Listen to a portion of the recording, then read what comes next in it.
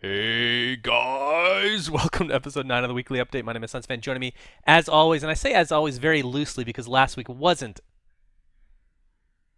the same as it has been. I was trying to think of something funny, but nothing came. It's some good Zeno talking you're doing and there. Reaves, welcome as per norm. That was like the longest dramatic pause I've ever heard in my life, to the point where I actually thought that you had just like lagged out or died. I thought you So lagged out too. I was like, is he trying? But it was either you lagged out or you're trying to think of something terrible to call me. So, Yeah, that's usually the case. People Yep. don't get to hear all the I mean, in the fails. you'd They think get to hear some of it. you'd But have like a nice like list next to your computer at this point. I Just, used like, to. keep track of it. But that's why he's turned to the viewers to pick the insults for him. it's a good idea, actually. It Instead is. of top 10 plays, it'd be like top 10 insults for Reaves. We've been doing that the last couple of weeks. Somebody doesn't watch our fail videos. And there's the real dramatic pause. There it is. Dun, Anyway. dun, dun. The update for today, as many of you may or may not know, is extremely small. And I think Valve described it as an embarrassing lack of content, I think is what they called it.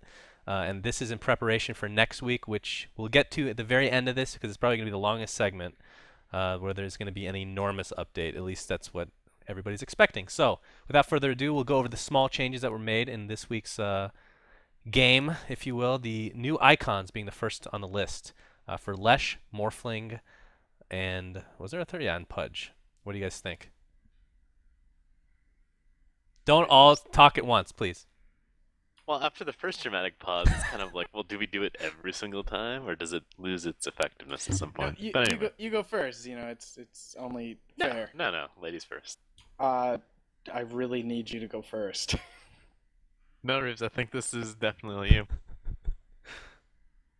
I didn't Just hear ask the Shannon to question. repeat I knew it! I knew it! I freaking knew it! Oh, God. Oh, I was waiting for that. There was a moth. Alright, Zena, why don't you start us off so Reeves can know exactly what topic we're going over. He's very prepared as usual. Where am I? At this point, I've completely forgotten too. So Oh my God! I need to get some new freaking guests on this show. Neither one Jesus. of us heard. Alright, your so question. to rephrase, since apparently you guys don't understand the English language, or actually Zeno probably has TV on, is very distracted by that, and I'll Reeves have you is know that I distracted by turn it moth. off Oh for wow. these very Just Thank you. imagine me like awesome looking thumbs. off to the side. Oh, there's a moth. Yeah, I That's think pretty of the much what ogre happened. the ogre magi video I made. That's what I think of. Anyway, the new icons that were put into the game for Leshrac, Morphling, and Pudge. What do you guys think of these changes to the game? Well, it doesn't really change the game. It changes it. Oh, well, I like them. There's none of them that I really dislike. The Pudge ones were kind of minor compared to some of the others, I feel. I love the Morphling ones. Morphling ones are my favorite. Leshrac ones are also frickin' awesome. But I feel like the Pudge ones are kind of... They're still good, but they're kind of the same. And Zeno? I agree, Oh, great. but what? No, go I ahead. don't know. I mean, at some point, it's kind of nice that they're going through and finishing up some of the icon sets that looked a little bit more beta-like, and by that I mean bad. But all three of them are obviously vast improvements over their predecessors, so I have no problem with that, and they all look good. Now, the Best, hero best that... improvement was to interrupt you. Yes, To by all interrupt you. means, by all means. My favorite, well, yeah, I said the Morphling one was probably my favorite, but I love what they did to Lightning Storm. Yeah. Because it looked kind of like a vein. just Penis vein? pulsing. Yeah, it kind of just looked like a penis vein. And now they've actually made it look like, purple lightning. Just kind of what it is. Now, the one I have a problem with, and it's not that big of a problem, it's just a little underwhelming, is Diabolic Edict. It just looks like, oh, I want to touch it, but it hurts, kind of thing. You know what I mean?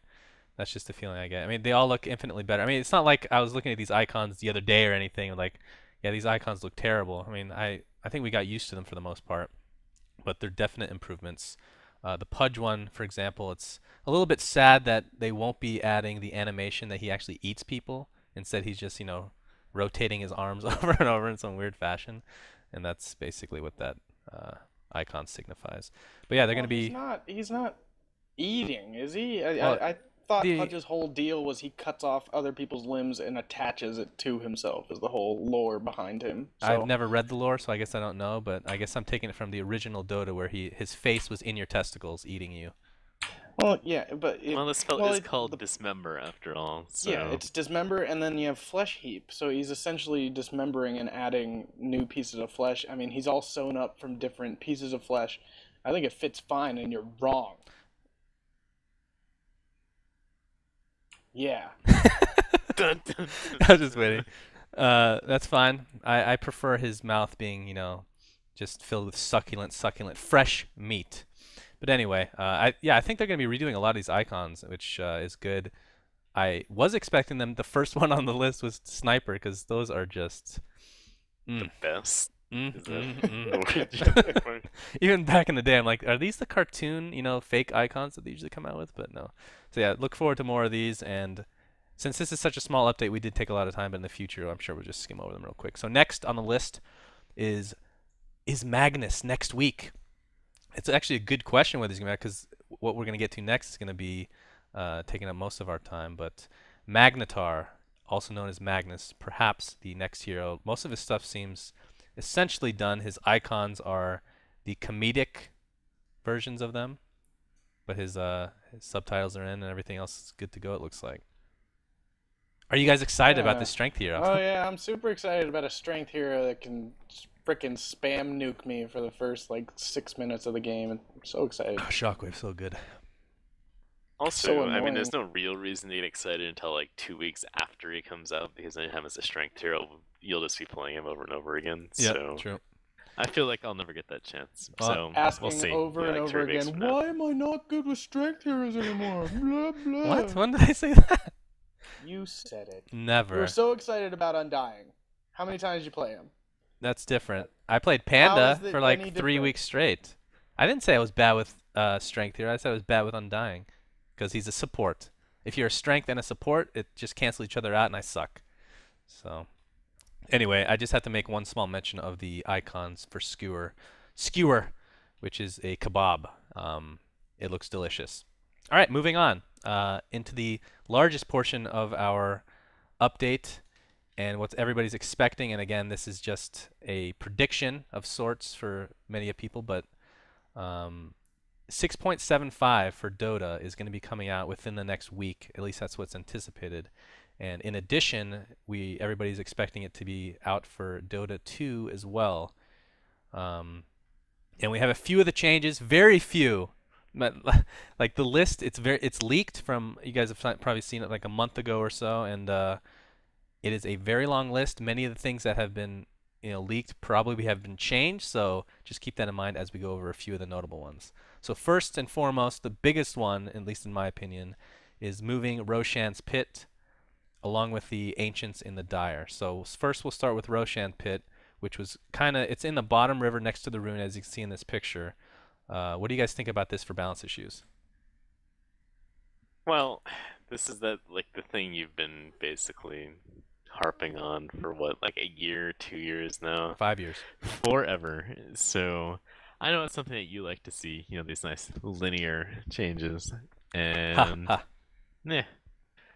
I mean, it'll be interesting to see how it plays out. I don't necessarily know that it's even balanced still. Like, I can see how they're trying to move it to that point, but it still feels like it's an advantage for the Dire. So I don't know. I mean, it's always weird when you take something that's so fundamentally a part of the game and then change it, because all those little things that you're kind of used to then change, and you don't really know how it's going to play out. So we'll see if it helps in balance the game. I don't really think it will.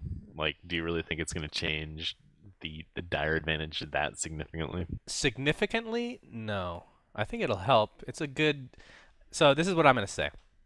And I've said this a million times. I don't know if I've ever said it in a YouTube video, so I guess this might be a first in that regard. But, well, first and foremost, as far as symmetry goes, I'm a big fan of, making the entire map symmetrical.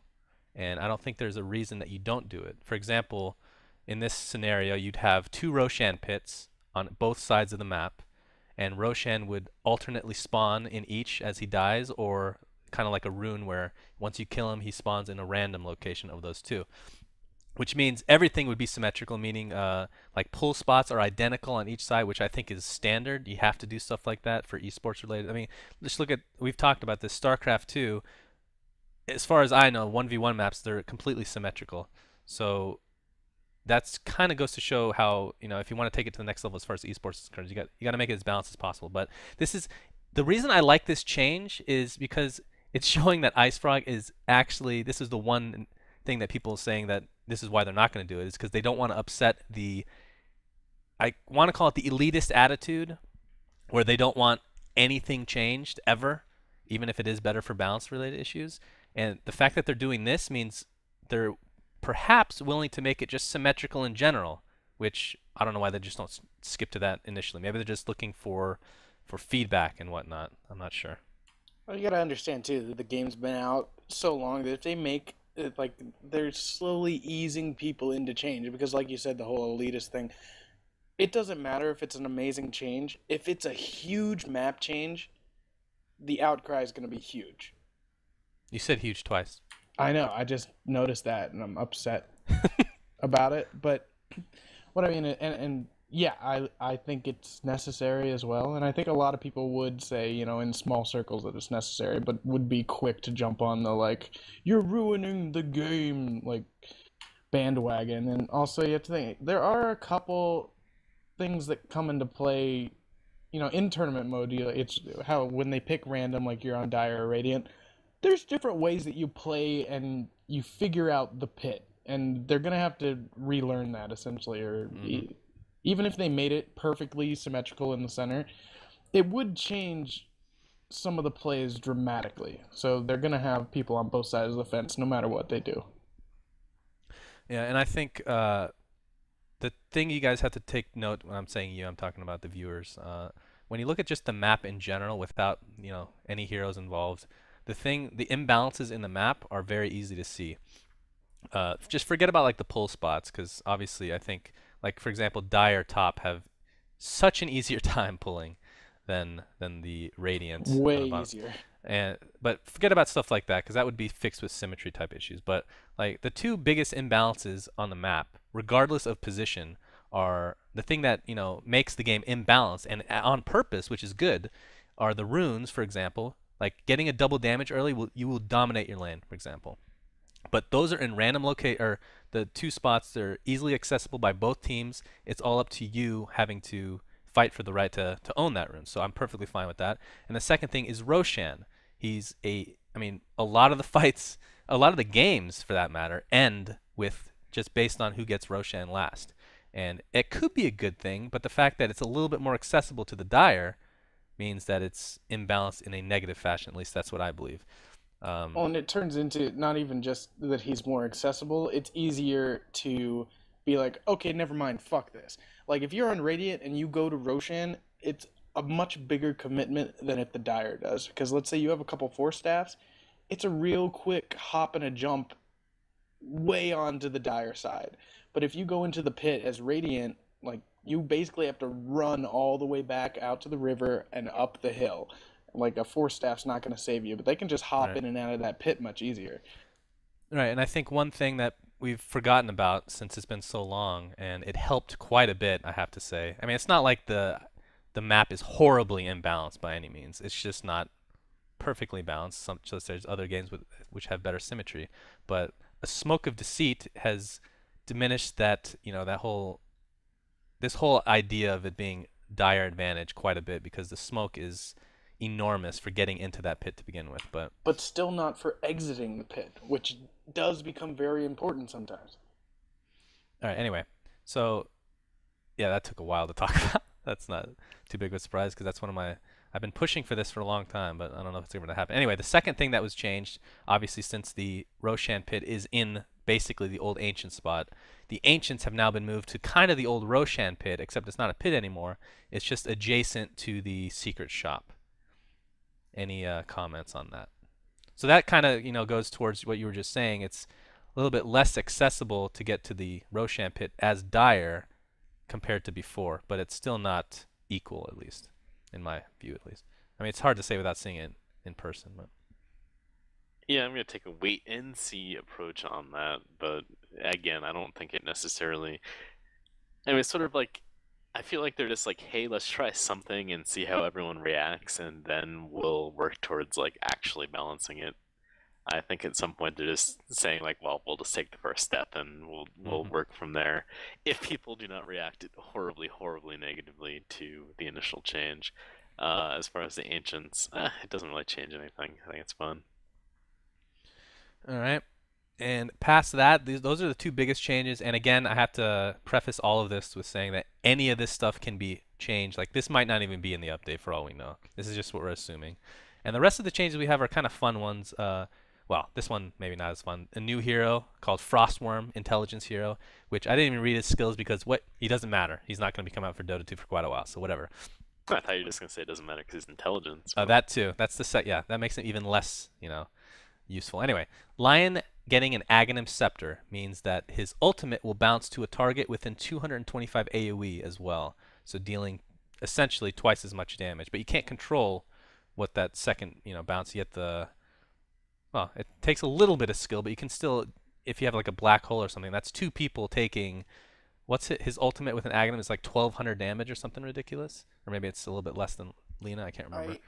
I the more I think about it, and we talked about it a little bit before the update cast here, but I think it's pointless. I really do. I don't think anybody's gonna get it. I think the only time people are gonna get it is if for some reason they're stomping, because since there's no guarantee that you're gonna hit another hero with it, you have to position perfectly. And also, with all that money you're spending on Aghanim Scepter, a lot of times you're freaking lying. You're gonna be buying support items. You're not gonna have the money to get it anyway. So if anything, it sounds like a fun like item to get when you pub stomp, but no Well, one's going to do it. you could In look at it like, this way though. Lion back in the day, at least when we used to play Dota 1, wasn't even really considered, well, maybe he was considered a support in some eyes, but he was, and he probably still is like a one of the, ganker. well, he's one of the best mid heroes by far. Like he dominates mid. So if you, maybe that's kind of enticing them, teams to perhaps play him as a mid solo because, well, first of all, we barely see him as support now anyway, you know? I mean, obviously he has some great support type skills, but that doesn't mean he can't be amazing. I mean, he still is amazing in the solo lane, so solo mid lane. Perhaps this entices them to go for a build like that. I don't know. Tough to say. I doubt it, to be honest, but I guess you never know. Next update, which this one looked, even in the notes, it was shaky. Like, we need feedback on this. So I doubt it's going to be in it, but it's an interesting thought nonetheless. Venomancer Ultimate working on buildings. Thoughts?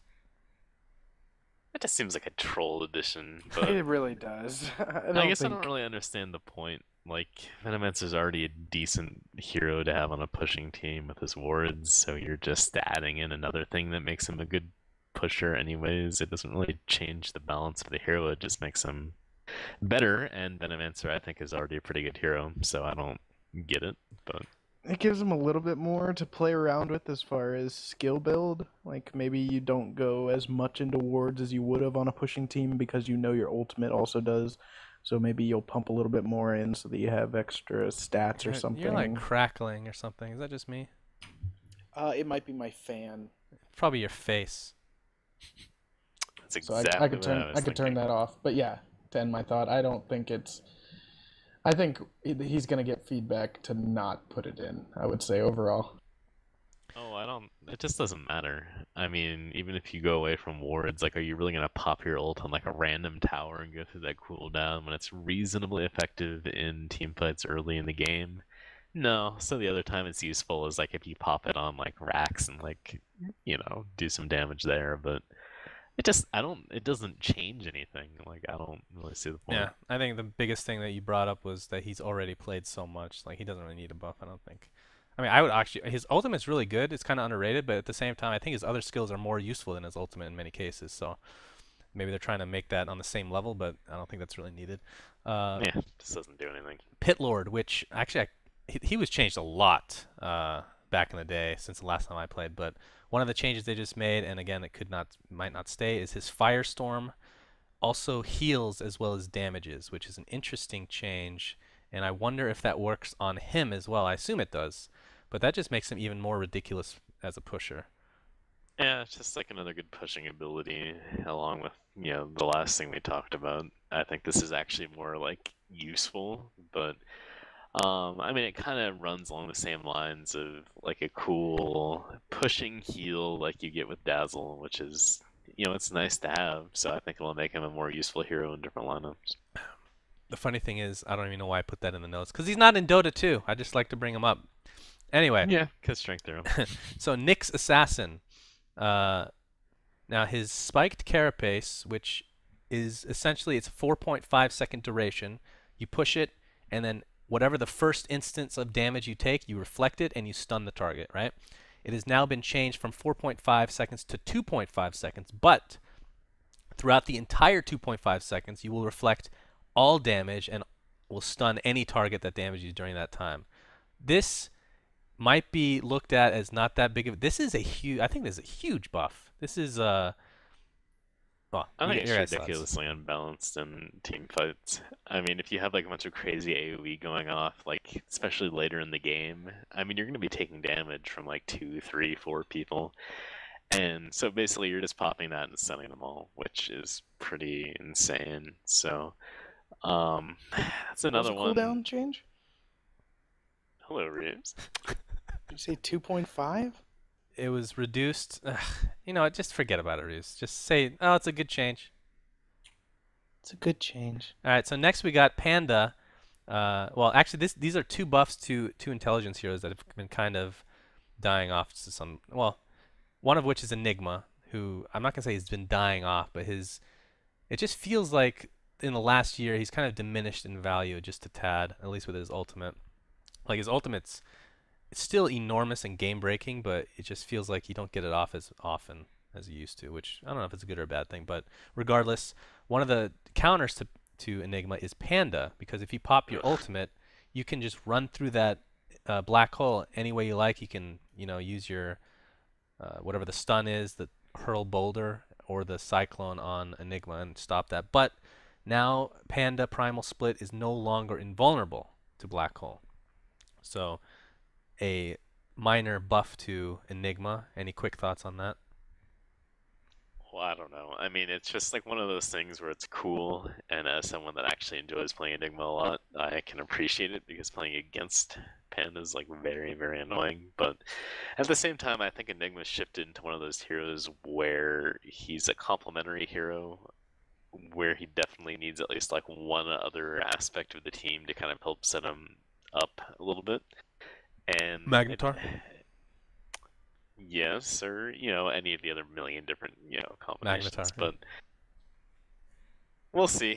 I don't really think it changes anything, but I think it's a nice change just because like there's all the little like things in Dota 2 where it's like it just doesn't make sense. It's like, okay, well that's fun that he can run through my ult for like no reason. I don't really understand the reason for why, that, well, but there are little idiosyncrasies like his ultimate, he's considered an ancient. That's why.